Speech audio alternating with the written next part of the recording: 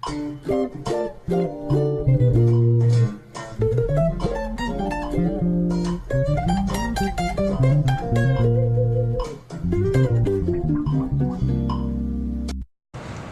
let's start at the beginning, Brian's birth. Came out my mom. Yeah, it's pretty standard.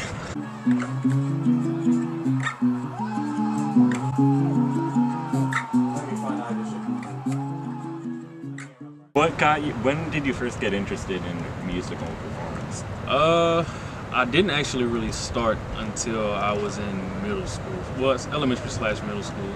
I started playing like drums and stuff like that for little marching bands and stuff like that. But my dad actually had like this little toy piano. Well, not really a toy, but like what was considered a good piano back then. What I've learned how to do is called key drumming. So like I have a MIDI board, and you'll see like different. It's pretty much like a piano, and you'll establish different types of sounds on each button. And I just learned how to play drum set through my fingers. Okay, yeah. So anything you hear like drum wise, or any instrument you hear on any one of my songs, I play them all through the keyboard. Yeah, or live instruments, because I have the microphone and equipment and stuff in my house to record it. So whatever I have in my house, I'll use it. But if I don't, I'll use like a virtual instrument to do that.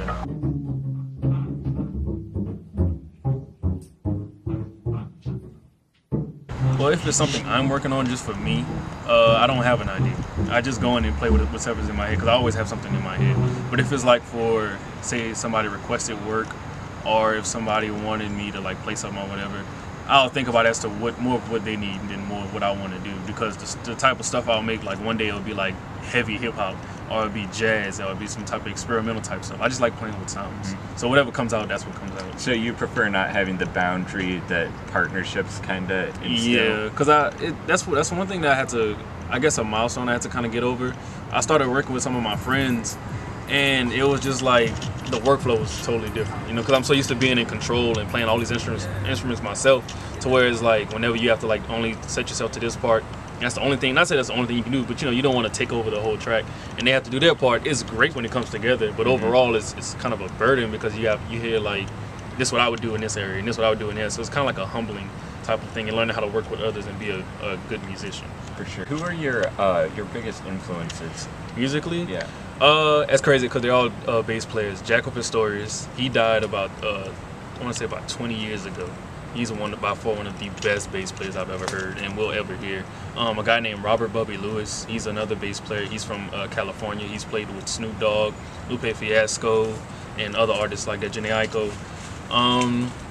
And that's about my top two. If you want to start getting into other people like who make music now that everybody like kind of listens to, Thundercat. I don't know if you ever heard of him. Yeah. Thundercat is by far one of the best artists I've ever listened to. The internet, they have their own type of thing. That's her name's Sid the Kid. She started the group, but she was without Future at first.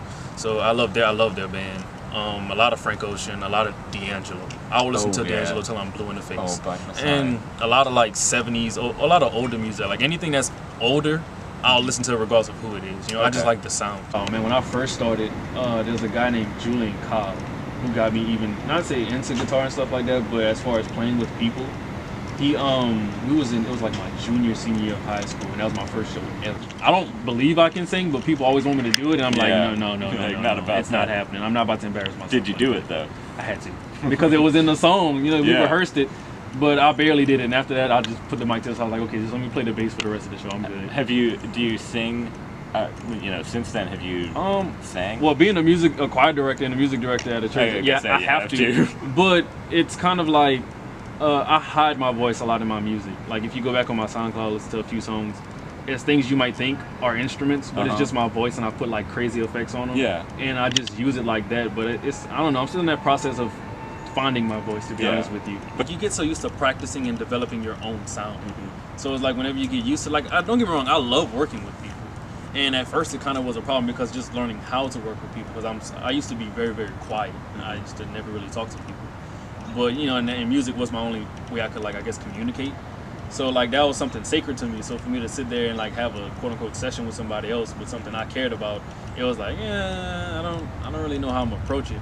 But I like it now. I definitely love meeting up with people and jamming and playing now. Yeah. But it was a hard transition, because music was in the town of New Iberia. I mean, it's not much to do at all. So music was my only thing that I said that let me know that, hey, this is me. This is what I do. Yeah. Did you find much of an audience for it right away? What No. you were doing? Oh no, not at all. Like, it's not Zydeco, or if it's not like countryish music, you're gonna have a hard time. Yeah. You know, I started getting a lot of feedback from people in different states. Like, oh man, we love it, this, and that, I work with this. Like, there's a guy I work with in Brazil. He loves the music. There's a guy in California I work with. Some people in Utah, Texas, Texas really loves my music. But out here, it's kind of like, yeah, my friends rock with it, and like a few other people rock with it. But a lot of my supporters are not even in Louisiana. Yeah. You know? Yeah, Louisiana has a very insular kind of musical scene. Yeah. Have you thought about leaving Louisiana to pursue Definitely. music? Definitely. Is that a thing you're looking to do? Definitely. I want to go to Austin, Texas so bad. So bad. It's a place to go. Yeah. Right now. Oh, right on. Yeah, the album was a project. It's called The Difference. So it's probably gonna be like a 2, maybe 3-track EP, however you want to do it. Okay. I'm doing that, and then I have a whole bunch of people, like just clientele work in general. I work with the people in the United States like that, so you know, it's a lot of who comes and who wants this type of work. You know, so like my main priorities is him, the girl named JoJo. I'm working on her album. I'm working on mine. But at the same time, it's like clientele work. I have like a whole bunch of other people in different areas. Like, hey, I need this track and this and that. So some days I have 50 things to do. Some days I have 20. Some days I just have my stuff to do. You know, so it fluctuates. But I'm definitely always busy. I feel like my first experimental project that I put out was trash. I'm not even gonna lie to you. Like, I feel like the first project I did, like maybe about 2 or 3 songs on that I like. But I haven't. I don't know. I've been in this place for the past 1.5 years where it's like I don't like my music. I'm at this place where like I feel like I'm not good enough, but like the stuff I've been through in the past year, like that's definitely all gonna be reflected through that project. And I feel like no matter who the person is or where it's being played, people who actually listen to my music, they know my music. You know, like there's some stuff I put up on like Instagram and stuff like that, or stuff I put out that nobody knows about on there. Here they're like, man, this sounded like you and this and that.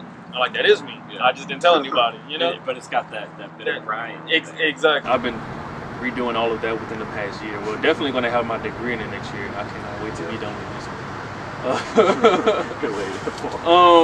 I'll be graduating. Hopefully, I'll move to Texas if the opportunities open themselves. But if not, you know, still be down here.